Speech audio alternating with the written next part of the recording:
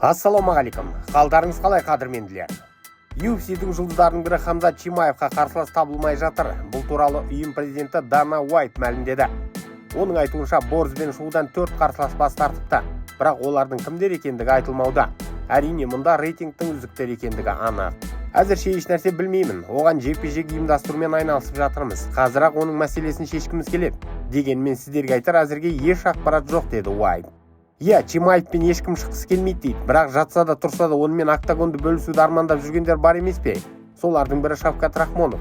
Неге осы бәсекені ұйымдастырмасқа? Рахмоновқа ұсыныс түссе, ол жоқ деп айтпас анық. Жалпы рейтингтегі орны да шешен жауынгермен шығуға жол ашады. Оның үстіне Чимаев Рахмонов жекпе-жегін Америка халқы 2023 жылы ең күтілетін кездесулердің бірі деп бағалаған болатын. Мұнымен қоса жан-жақтан осы сынды талқылаушылар да көп. Дана Уайттың ойында не барын білмеймін. Бірақ осы бәсекенің реті келіп тұр емес пе? Біз армандаудан жалықпаймыз ғой, десе де бұл сұрақтың жауабын мен алдыңғы шығарылымдардың бірінде айтқанмын. Оның сілтемесі қазір экранның жоғары жағына шығады. Қарап көріңіздер.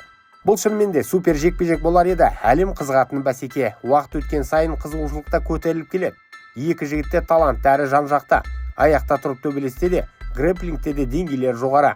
Хамзат бірақ аяқта тұрып төбелесте аздап ессіздікке жол береді. Техникасы да нашарлау. Ал күресте ол алдына жан салмайды.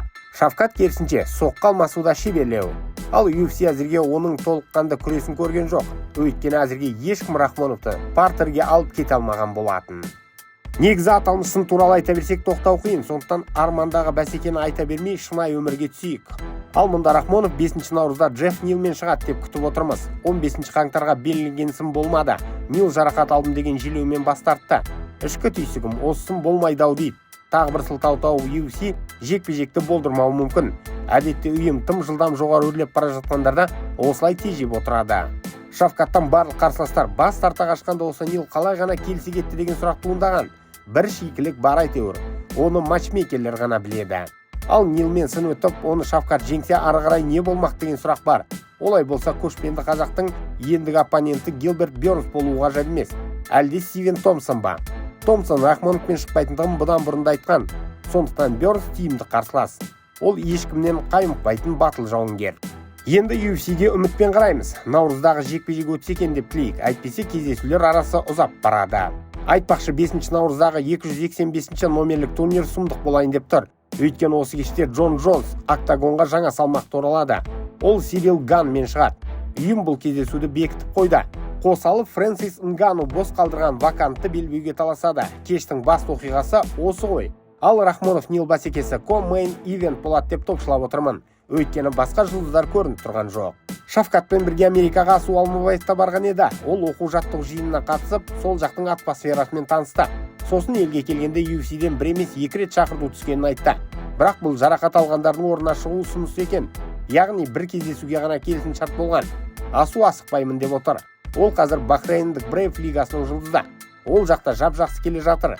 Ал әлемнің үздік лигасына нақты ұсыныс түскенде ғана барамын дейді. Өзіне қарсыласта діттеп қойған екен. Арманы Махамед Мокаев болмаса Тагир Уланбековпен шығу. Асуда бір жеңіліс болса, оны ол осы Уланбековтен алған еді. Дәл қазір бұл жекпе-жекті берсе, алды-артыма қарамай келісемін дейді. Дағыстандыққа кеткен есені қалайда қайтаруды мақсат тұтқан. Алла қаласа бұйыл тағы да 2 жауынгер UFC-ге барады деп отырмыз. Оның бірі Асу болса, екіншісі Азат Мақсым. Бейнематериал көңілдеріңізден шықса лайк басып пікір жазыңыздар. Сондай-ақ әлеуметтік желіде бөлісуді ұмытпаңыздар. Жазылушылар саны 150 мыңға жуық болса да көрушілер саны өте төмен. Осы жағынан көмектеріңіз керек. Поделиться дегенді басып WhatsApp, Facebook, Instagram арқылы жіберсеңіздер, нұр үстіне нұр болар еді. Instagram парақшаға да жазылуды ұмытпағайсыздар. Оның адресін комментарий жазатын жерге белгілеп қоямын. Уақыттарыңызды бөліп тамашалағандарыңызға рахмет. Батырларымыздың жеңісті күндері көп болсын.